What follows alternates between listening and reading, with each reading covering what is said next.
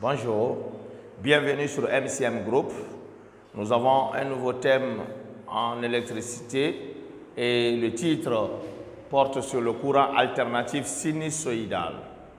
Et il faut savoir ce que c'est qu'un courant alternatif et quelle est la définition qu'on peut donner au courant alternatif sinusoïdal. Petit temps. C'est quoi le courant alternatif sinusoïdal et quelle est son origine? Quels sont ici les dispositifs ou bien par quels moyens on peut produire le courant alternatif sinusoïdal?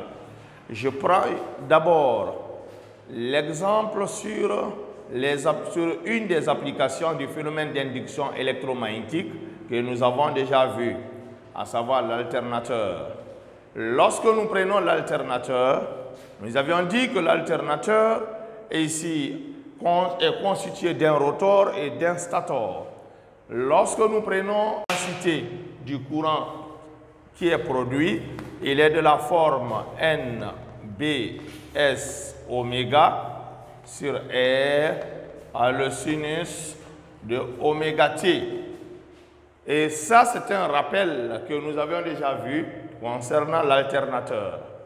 Et quelle est la partie maximale ici de cette intensité? Et nous avions dit que l'intensité maximale ici, c'est NBS oméga sur R. Ce qui revient à écrire l'intensité sous cette forme IM sinus oméga T. Voici l'intensité qui est produite par un alternateur. Elle est une fonction sinusoïdale du temps. Elle dépend du temps, mais la fonction, elle est aussi sinusoïdale. Donc ce courant-là est un courant alternatif. Et lorsque je donne un autre exemple de courant variable, si à 2T plus 5, ce courant-là est instantané. Mais lorsque nous faisons sa représentation graphique, nous trouvons que la représentation de I en fonction du temps est une droite. Donc, pour cette représentation graphique, nous avons par exemple I en fonction du temps. C'est-à-dire quoi? À l'instant T égale à 0, I égale à 5. Donc, nous avons une allure comme celle-ci. Et là, cette fonction, elle est croissante. Elle n'est pas alternative, donc elle n'est pas comme celle-ci. Et cette intensité instantanée, lorsque nous la représentons, I, je prends 2 sinus de 100 pi t. Lorsque nous nous permettons de faire la représentation graphique de ce courant, nous pouvons avoir ici, ceci, parce que là, la valeur maximale, c'est 2. Nous prenons de part et d'autre 2. À t égale à 0, donc nous avons quoi? Sinus de 0, c'est 0. Cela veut dire quoi? Ça passe ici par l'origine du repère. Nous avons en fonction du temps. Et lorsque nous essayons de donner une allure de cette représentation, c'est-à-dire que de ce courant, nous avons ceci, c'est la forme que nous représentons. Donc, vous avez ici le graphe 1 et la deuxième représentation graphique. À comparer les deux là, il y a une différence. Et ici, lorsque I est une fonction linéaire, l'intensité du courant est une fonction linéaire du temps, il n'y a pas ici de changement d'alternance. Tandis que pour cette représentation graphique, nous avons entre les deux valeurs extrêmes, nous avons plus IM et moins IM. Donc, parfois, nous avons une alternance positive et aussi une alternance négative. L'alternance positive et l'alternance négative. Donc, il y a ici changement d'alternance à des intervalles de temps réguliers qu'on appelle ici périodes. Donc, par définition, nous pouvons dire quoi? qu'un courant alternatif, d'abord est un courant électrique, ici dont l'intensité est une fonction sinusoïdale du temps. Donc l'intensité est une fonction sinusoïdale du temps. Je vais écrire courant alternatif est un électrique périodique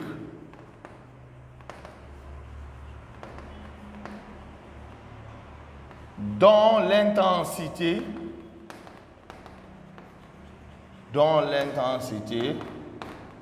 est une fonction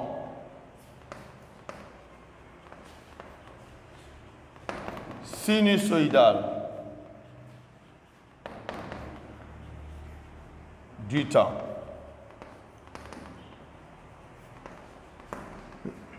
Et le courant alternatif, l'intensité instantanée est de la forme Im sinus oméga t plus phi. Ou bien, il est de la forme I est égal Im cosinus de oméga t plus phi.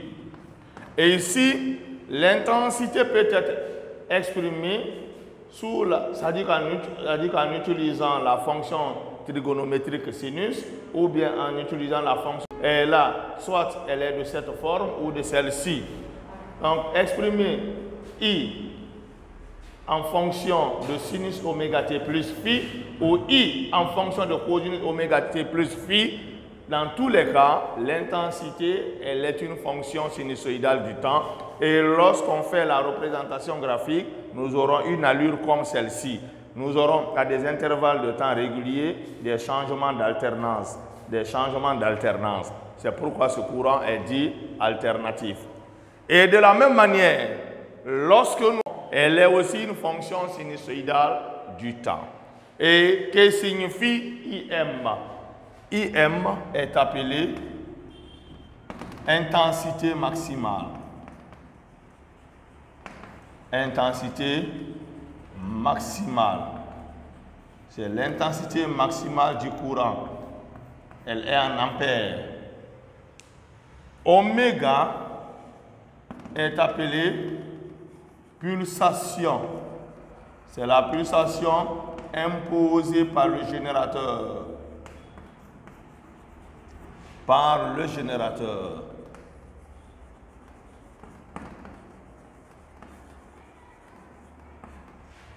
Et je vais vous expliquer pourquoi nous parlons ici de pulsation imposée par le générateur. Lorsque je vais réaliser un circuit, nous verrons que le circuit est alimenté par un générateur.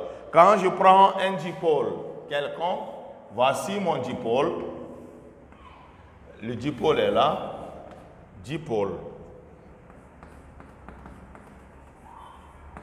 Et maintenant, ce dipôle est alimenté par un courant alternatif, par un générateur qui délivre ici un courant alternatif. Ce générateur-là dérive un courant dont la fréquence est F.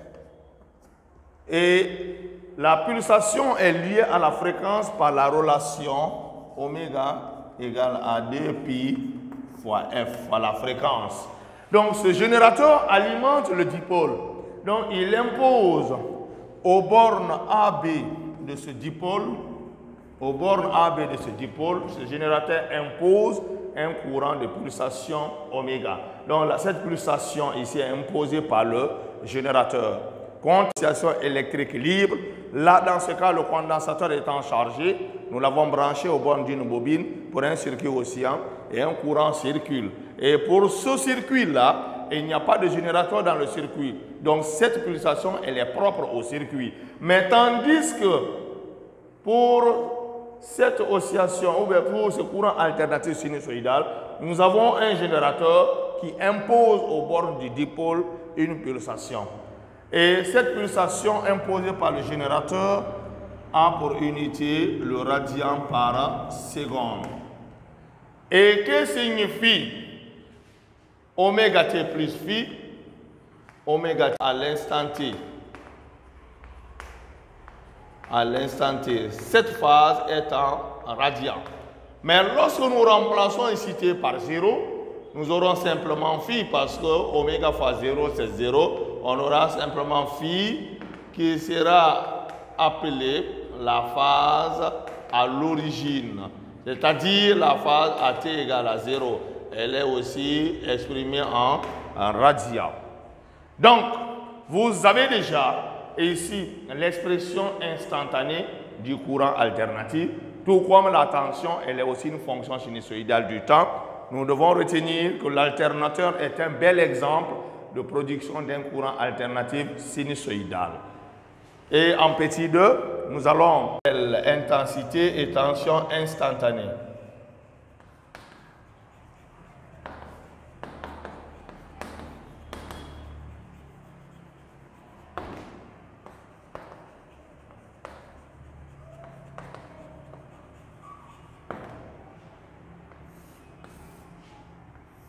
Instantanée, c'est-à-dire qu'une fonction du temps, donc l'intensité instantanée et la tension instantanée. Et nous venons de voir tout à l'heure que l'intensité est une fonction sinusoïdale du temps, soit nous avons I égale à IM sinus de oméga t plus phi. Je peux écrire phi de I par exemple, c'est-à-dire la phase à l'origine de l'intensité du courant. Tout comme ici, dans ce cas, nous aurons U est égal à UM sinus de oméga t plus la phase de la tension à l'origine. Donc, nous devons remarquer ici que lorsque l'intensité est exprimée sous la forme sinusoïdale, la tension aussi l'est. Ou bien, si nous avons l'intensité I qui est exprimée sous cette forme IM en utilisant cette fois-ci la fonction cosinus de oméga t plus la phase à l'origine de l'intensité. Et dans ce cas, la tension instantanée aussi, elle est aussi écrite sous la même forme cosinus oméga t plus la phase de la tension à l'origine.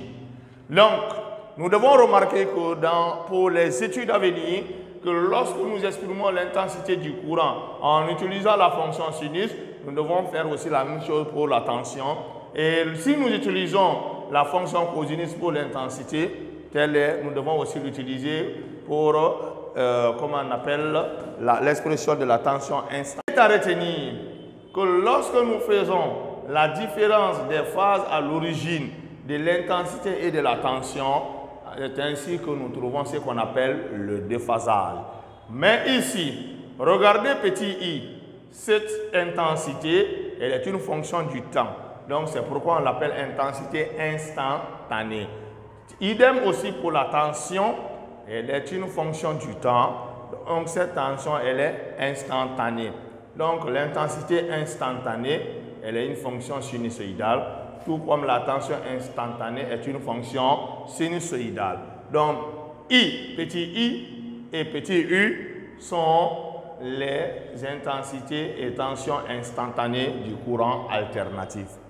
Et dans ce cas, phi là, qu'on appelle la phase de la tension par rapport à l'intensité, elle est égale à la phase de l'intensité. Mais lorsque la phase de la tension par rapport à l'intensité est supérieure à 0, c'est-à-dire cette différence-là, elle est positive, nous pouvons écrire dans ces cas que la phase de la tension est supérieure à la phase de l'intensité. Et dans ce cas, nous dirons que la tension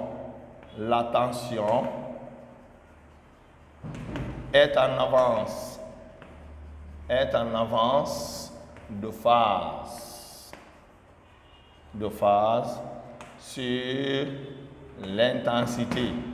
Et si nous voulons faire une représentation graphique, ou bien nous voulons représenter la phase de l'intensité de la tension par rapport à l'intensité, voici ce qu'il faut faire.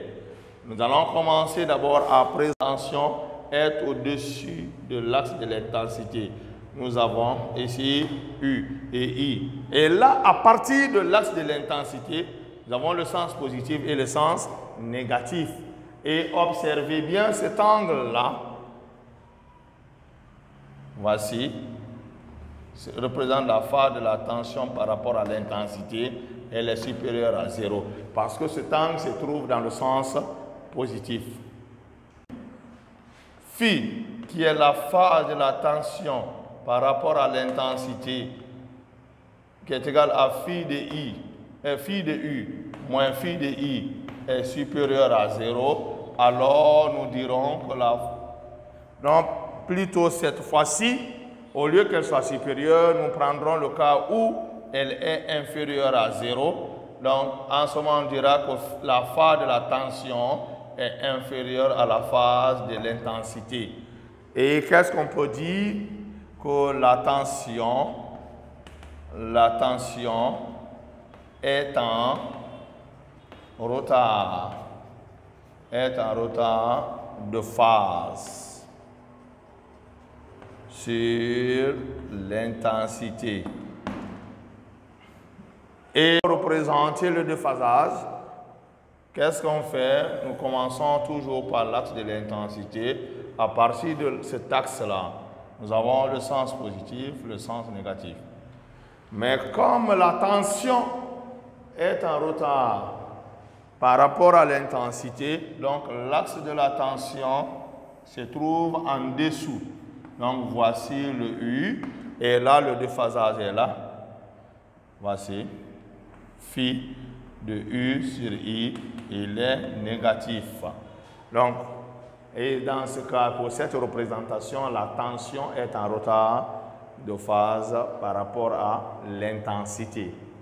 Mais qu'il y a des cas où la différence est nulle. Et pour cela, on ne dira pas que la tension est en avance ou ni en retard. Et nous dirons tout simplement que la tension et l'intensité sont en phase. Ça, c'est le dernier cas si le déphasage phi de U sur I est égal à 0. Cela implique que la phase de la tension est égale à la phase de l'intensité. Et on dira que la tension et l'intensité sont en phase. Et pour cela, je représente l'axe de l'intensité. Et l'axe de la tension aussi est confondu à l'axe de l'intensité. Ça, c'est l'axe de la tension. Donc, les deux axes sont confondus et l'angle formé est nul. On a phi de U sur I égale à 0. Le courant alternatif est un courant électrique périodique. Et lorsque nous avons un dipôle qui est alimenté par un générateur qui délivre un courant alternatif, le générateur impose aux bornes du dipôle une pulsation oméga. Et le courant étant périodique, quelle est l'expression de sa période? En fonction de oméga, la pulsation, nous retenons comme d'habitude que oméga est T égale à 2pi sur oméga. Et la période, elle est exprimée en secondes dans le système international. F, c'est l'inverse de la période et ce qui nous donne oméga sur 2pi, la fréquence étant exprimée en Hertz. La fréquence est en Hertz.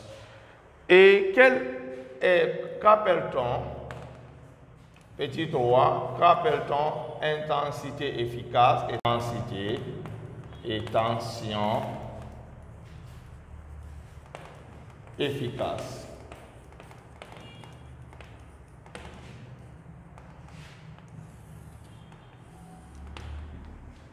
Considérons un dipôle. Voici mon dipôle.